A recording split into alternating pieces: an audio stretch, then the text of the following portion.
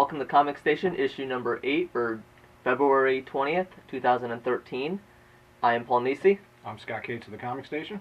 We have a number of new reviews and a few of them that you'll be looking forward to, especially a big one coming out, the JLA, Justice League of America version, as well as a few other ones, a recommendation from me, and a number of reviews, hopefully very quick and short and to the point, and the full recommendation from Scott, and fully endorsed recommendation that he's having today.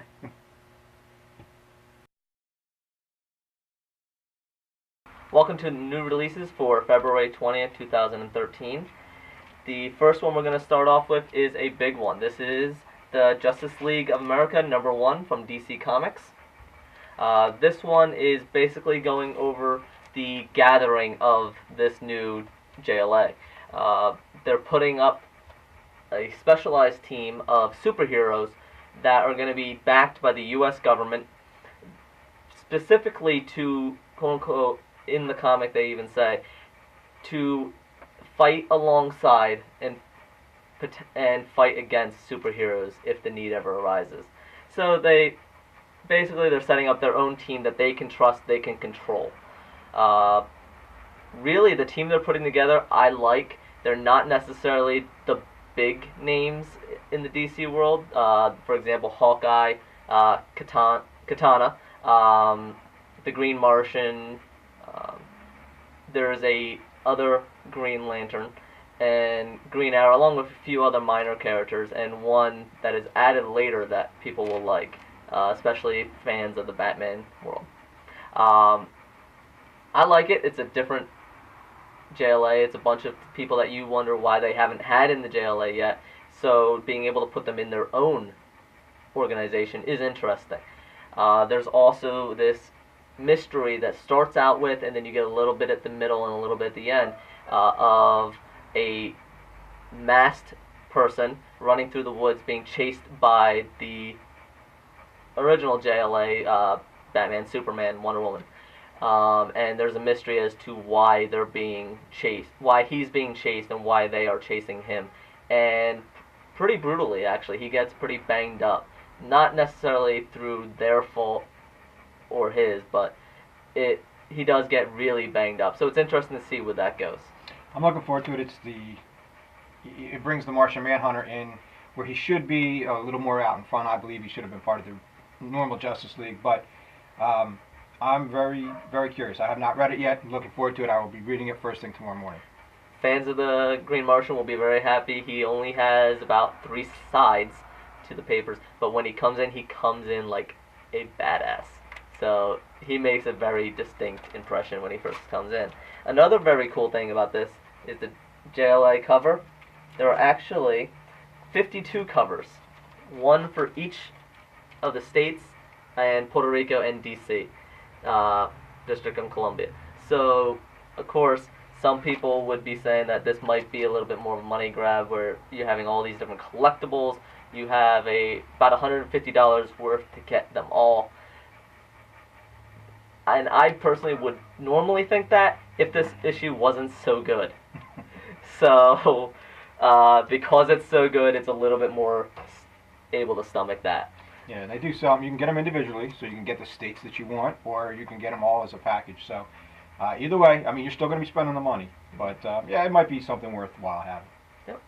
All right. Switching up from the JLA to something along the same lines is an upcoming tie-in with Marvel having the Avengers. They're also looking to bring in the Guardians of the Galaxy. And this is Nova #1. This is a member of the Guardians of the Galaxy. And it's really nice. The artwork is really kinetic. Great fighting scenes. Very beautifully drawn, full 2-page scenes. The action scenes were really nice in this. Basically, the story is being told, as far as the Guardians of the Galaxy portions, are being told from a father telling his son, and then later his daughter, some of the glory days. The son doesn't quite believe the father anymore because he's a bit of a drunkard. By a bit, I mean a lot. it's implied that he's been fired a number of times. The son's basically picking up the slack of the father and doing his job for him to help him keep his job at the school as a janitor. So you can understand why he doesn't believe him. And the kid's going through his own typical high school problems as well, a bully and so forth. But and it comes out really cute. It's really nice. I think this is probably slightly aged more towards the teens just because of the setting with the kid in the high school and all. But the artwork is beautiful. The action scenes are great, and I really enjoyed it. It was really nice. It's just overall a really well done first issue.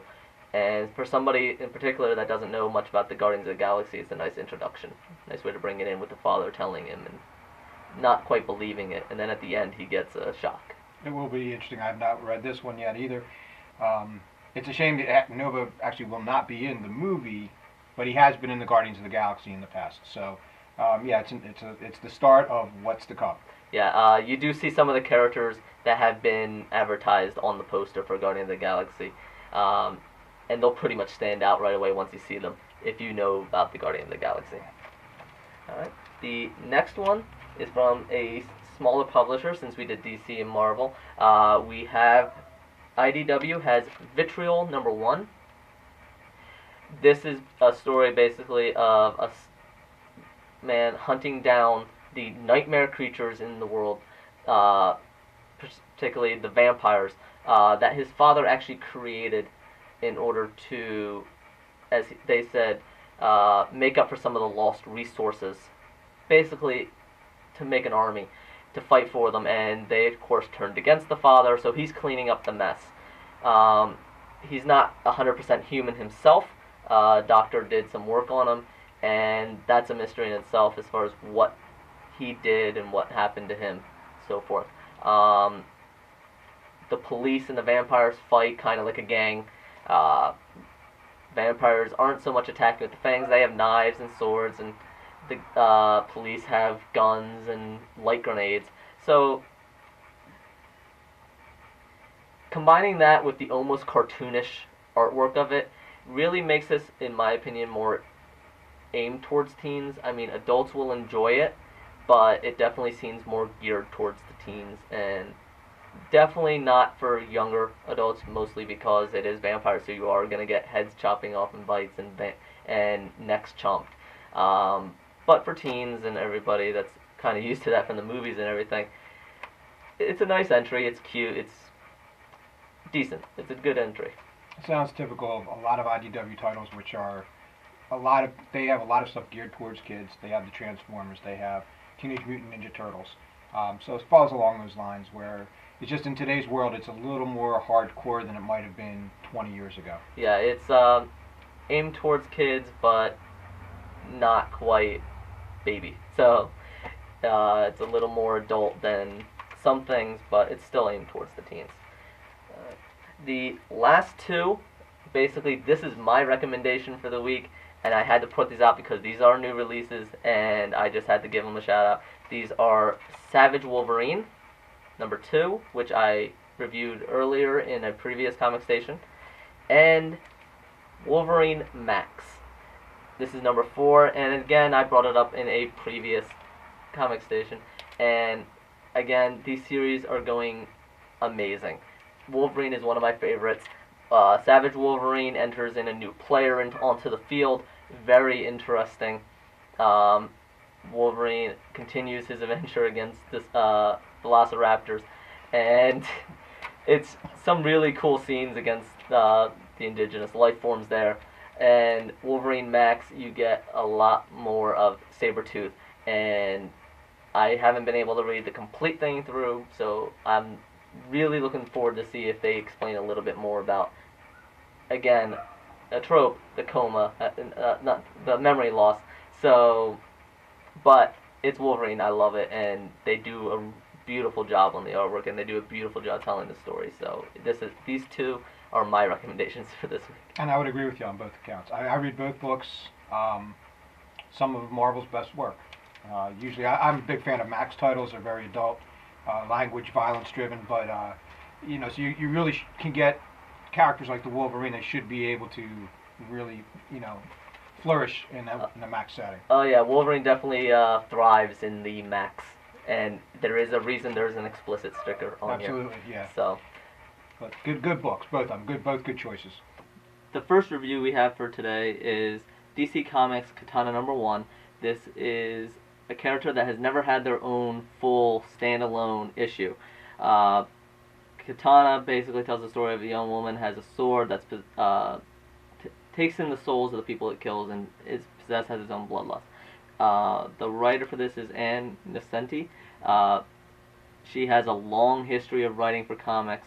You can probably find a number of them out there right now that are coming out that have her name on there. She brings a lot of history and a lot of detail to this comic, makes it really nice, gives her character and personality. Especially important in issue #1 for a character not well known. The artwork is beautiful. It's almost manga inspired by Alex Sanchez, which is perfectly fitting for this comic. And really, overall, the full review is on frontdoorsgamer.com, but overall the combination of the mysterious past and internal external struggles and the Soul Taker sword itself makes it very interesting. I'm interested to see where it goes. Some of these can be a little bit more tropes with the mysterious past and all, but it's done in such a way that I'm interested and I like it. From the review, summing it up for this comic, especially for #1, it's a fresh installment with promise. It features ninjas. Who doesn't love ninjas? And the art style is amazing. There is a little drawback on one of the fight scenes at the end. Isn't as kinetic as I would have liked it to have been. It was more picture stills, but especially considering some of the earlier fight scene that Sanchez did, I was a little disappointed in the ending fight scene. But still beautiful, well done. So for those looking for something new, I definitely recommend checking this out. And I think Katana potentially has a chance at a run, but we'll see. It might be a short run, but we'll see how well it goes on. As you saw earlier, the Justice League of America comic, Katana is one of these members. So if she doesn't continue her own one-shot, she at least has that JLA going. Yeah, it's once again a question of DC's choice of individual characters to take their own comics. I read it, I liked it. Whether or not it sells enough for them to continue, we'll have to wait and see. It's a little hard with a character unknown that's getting her first push, but DC behind it is nice. The next review we have is actually, again, from last week. We had the contributor Chaz King, and again we have another one. This is Snapshot #1 from Image Comics. By the way, Image Comics put out that #1 is getting a reprint because they sold out. That reprint will be coming in middle of March. Basically, from Chaz, it's a black and white artwork. Snapshot looks great as art, but as a way of carrying the story, it doesn't quite get it done. That notwithstanding, Chaz had overall very good things to say about Snapshot. He enjoyed it, and he, not despite of, but the art didn't help. But the story really gripped him. He was pleasantly surprised, had a great hook in the beginning, finishes strong with twists and cliffhangers. He wished there was more substance to it, though. It was a little lacking on that end. Again, the art was good, but it just didn't do enough. The shadow scenes were amazing, he said, so that's something in particular to look for. And Snapshot's unique, mentally muddling plot, twist, and entirely befuddling cliffhanger make this book very easy to recommend, he said. So someone should get on the ground floor of this one. If they like mysteries, if they like suspense, this has a little bit of paranormal in it. He recommended it. And from his review, he had a lot of good things to say about it. Hopefully the art improves as the series goes on. Well, as a collector, it's an Image #1. We sold out of it, and I would suggest if you can find a copy before the second printing, grab it because, as with almost every Image #1, they are going up in value. Image has been on a run of gold lately, so they have a little Midas touch going. Alright, and the last review for this quick shot of reviews is another one from me, actually. It's Star Wars #2 by Brian Wood, and Deanda is the artist. I reviewed #1 on an earlier comic station, and I have to bring it up again mostly because this is amazing. He does a great job, Brian Wood does a great job of making this canonical along with the story directly after episode 4 of the Star Wars series, and it is so beautifully drawn by Deanda. And anyone that likes the Star Wars universe, whether or not they've gotten into the extended universe or just the movies, especially the original trilogy, will love this. I mean, despite some lacking disappointment of a lack of Vader in this issue, you don't see Vader, and there is a cliche team setup at the end with Princess Leia setting up her squadron from the first comic. She was given some orders to do that. So, besides those were probably the weakest points. And that's not a bad thing to say. But when a weak point is something that's still good, it's pretty darn good.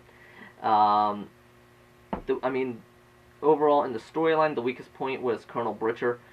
Instead of Darth Vader, you get Colonel Britcher, who took over on the starship. But I can see some of the validity in it because they're setting him up to potentially have more of a impact on further storyline. So they had to introduce him as basically an arrogant, you would expect as the Imperial.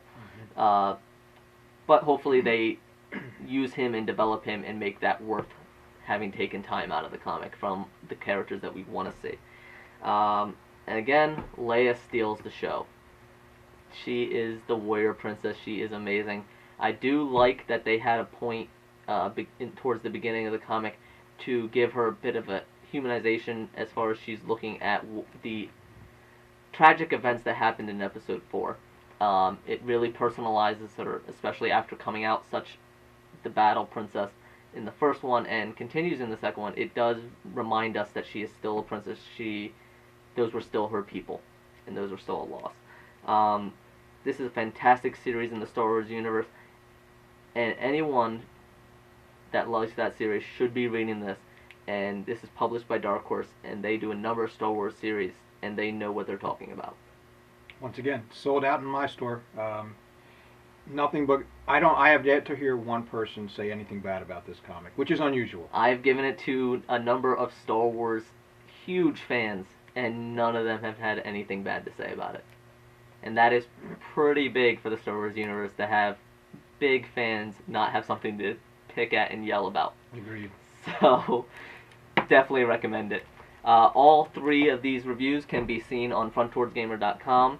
All you have to do is in the search button, I made it fairly easy. All you have to do in the search, type in Comic Station, and all our videos, as well as all the reviews seen in the videos, will come up. You have a recommendation? I'm looking forward to this one. This is Marvel Thor God of Thunder. This is #5 coming out this week. If you've been reading this, you'll know what I mean. And I don't say this lightly. This, in my opinion, is probably the best title that Marvel puts out right now. It is written the way I believe Thor should be written. You have a lot of, it's the gods, it's focused on the gods, and it's actually focused on the god killer and Thor's chase of him throughout the galaxy and throughout time. It is just absolutely brilliantly written. The artwork I love. There's really, for me, there is nothing wrong with this comic.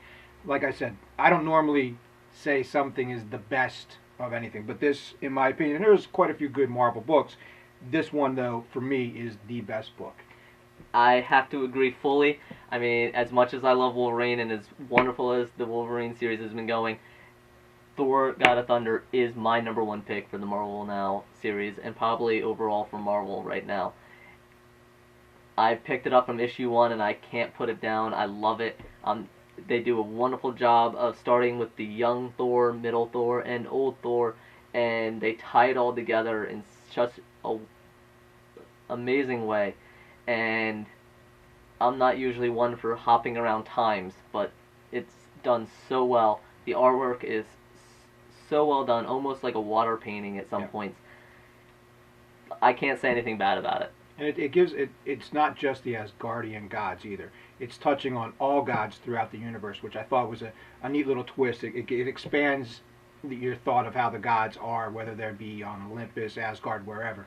So yeah, I mean, once again, fantastic done. This is probably one of the few books that I really look forward to reading each month. I read a lot of books, probably more than most people, but this one is always at the top of my list. When we get it in, it's usually either number 1 or number 2 that I read. When I made my pull list, this was on the top of my list.